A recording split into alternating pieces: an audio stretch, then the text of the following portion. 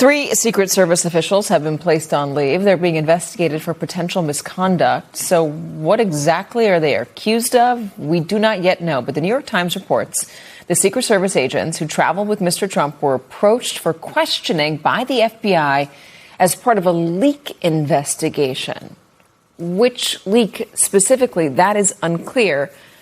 But here's what's been leaked lately. There is the great catering truck caper and who the president brought with him, the Natalie Harp letters and concerns about her proximity to the president. There's also J.D. Vance's use of a military helicopter to take his son to golf practice. Again, we don't know if any of these are part of the investigation into these officials specifically, but we do know the service itself has been under unique strain lately. Multiple people have tried to kill Donald Trump, including someone who came just centimeters from killing him during a campaign rally in Butler, Pennsylvania. And today, an update to another threat, an armed man who allegedly knew of Melania's schedule at a golf course recently. The Secret Service has also been asked by this administration to surveil a former FBI director, James Comey, with court documents claiming that they felt pressured. And this administration has taken the unprecedented steps of canceling details, removing Secret Service protection for Vice President Kamala Harris and President Biden's family. It is all prompting us to ask what exactly is happening with the team charged with protecting our most important leaders. Joining us, MS Now Justice and Intelligence reporter Ken Dilanian, retired supervisory special agent and former U.S. Secret Service agent Bobby McDonald. He is also an assistant professor of practice at the University of New Haven, along with former assistant special agent in charge at the FBI and MS Now national security and intelligence analyst Michael Feinberg. Ken, first to you, what do we know? We know very little, Katie, but we do know that one of the 3 officials placed on leave is Anthony Guglielmi, the longtime chief spokesperson for the Secret Service. He's been there since 2022.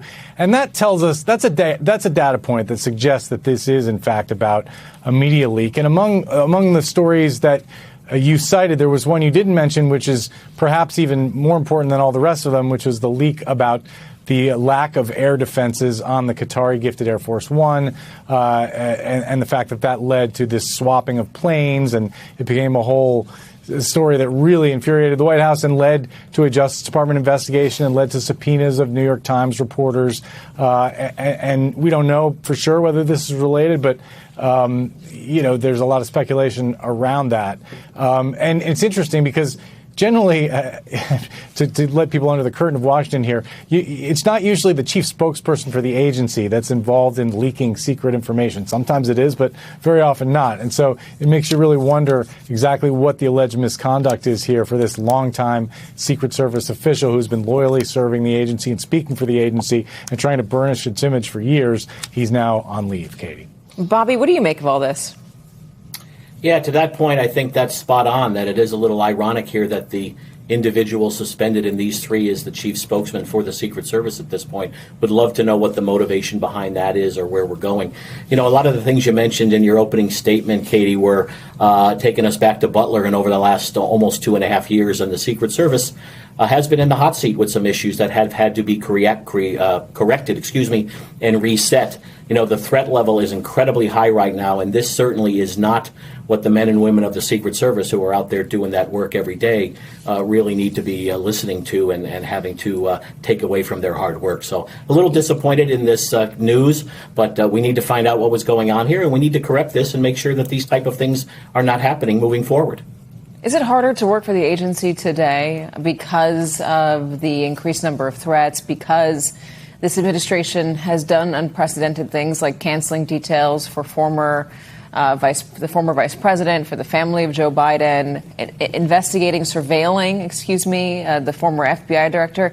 Is there a risk of politicization at the Secret Service that's potentially making it more difficult to be there?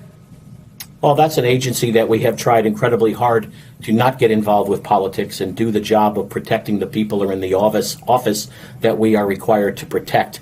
I think there's a lot of other issues that go into some of the details that were canceled with respect to timeframes and tradition and all those other things. So I'll let the agency speak to those specific decisions. I do think it is harder to be a Secret Service agent now with the incredible threat level. I know that my wife is happy that I'm retired watching everything that we watch in the news with respect to threats. So I think it's a lot going on. There's a lot of issues going on, both politically. We've got the midterms coming up. The political rhetoric will be turned up.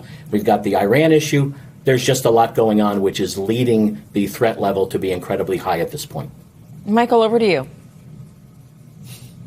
Yeah, I'm a little more skeptical of how this administration is choosing to use various law enforcement and protective details, including the Secret Service, because the revocation of protective details that you mentioned are not the only ones. We know that during his first term, Trump ultimately revoked Pompeo's protective detail when he was under threat, John Bolton's protective detail when he was under threat.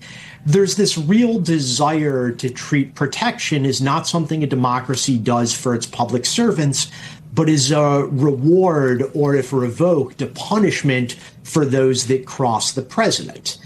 And as for the media leaks, some of these are very serious leaks pertaining to security, but a lot of them are just embarrassing, and they're self-inflicted wounds for the administration.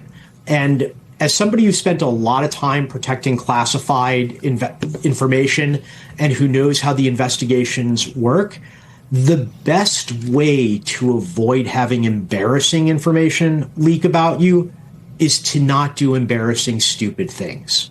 If you don't want it getting out that Air Force One does not have the necessary protective measures that the plane is supposed to have, maybe don't accept the plane from a nation that is not necessarily our ally when it doesn't have protective safety measures installed. If you don't want people leaking about a very odd relationship with a staffer less than half your age, maybe don't have a very odd relationship with a staffer half your age.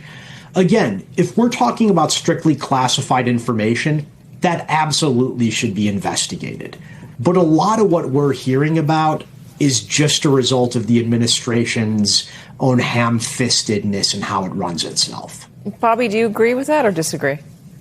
No, I agree with a lot of it. I think the specifics pertaining to the Secret Service with respect to different aspects of protection are kind of unique to the Secret Service, and the Secret Service is required to do the things that it's required to do in certain timeframes and in certain locations. So, no, I agree with some of what my colleague said, but some of the Secret Service issues here are specific to them with respect to various tasks that are delegated into that agency. So I'm going to lean on you for this, Ken, because back during Donald Trump's first term and in the campaign leading up to his first term, I obviously had a lot of interaction with the Secret Service back then. And the reaction I got from most of the agents I spoke to regarding Donald Trump was that they liked him.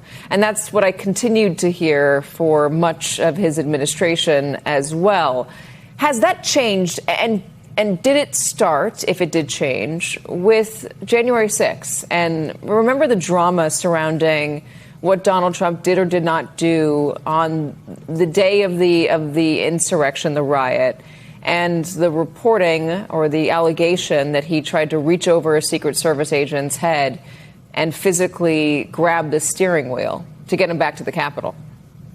Right, and remember, there were Secret Service agents who testified that that didn't happen, who were seen as sort of pro-Trump. Look, I think the Secret Service is a microcosm of America, perhaps more conservative and male. And so there's a lot of Secret Service agents, no doubt, that still find Donald Trump to be an incredibly charming man. A lot of people do when they're up close with him. He didn't get to this job because he has no charisma in a certain sense. But no doubt there are others who are looking at what is happening in the second term, which is fundamentally different than what happened in the first term, and are concerned for their country. And to Michael's point, it's absolutely the case that most of these leaks are about things that are not classified and that are embarrassing. And by the way, these are endemic to Washington, and they happen in every administration. And there's been kind of an understanding that we want a news media to aggressively cover the government and government agencies and to expose things, even when it's painful and embarrassing. But in this White House, they are not. There is not that understanding does not exist. They are going after people. They are polygraphing people at the FBI. They are using administrative techniques. They're using AI to listen to people's conversations and to scan chats for signs of disloyalty. It is kind of a state of paranoia that we've never seen in any previous administration, and it's for obvious reasons. To Michael's point, there's a lot of stuff going on that people are very embarrassed about. Katie. Well, the trade-off was that if you expose embarrassing things, you force the administration to do better. You force them to maybe not fly on a Qatari plane that doesn't have the proper defenses to carry the president of the United States. But Ken, I'm sorry. I've got to linger on what you just said a moment ago. How are they using AI? Well, the FBI has an extensive use of AI, and there are people that I speak to there believe that one of the things that they are doing is monitoring internal chats and communications and meetings and sucking all the data in. And look, there are people, I speak to people every day at the FBI who believe that they are being monitored, and they've seen evidence of that, and they're seeing multiple people being polygraphed, administratively polygraphed in what they think are specious circumstances on a hunt for embarrassing leaks, Katie.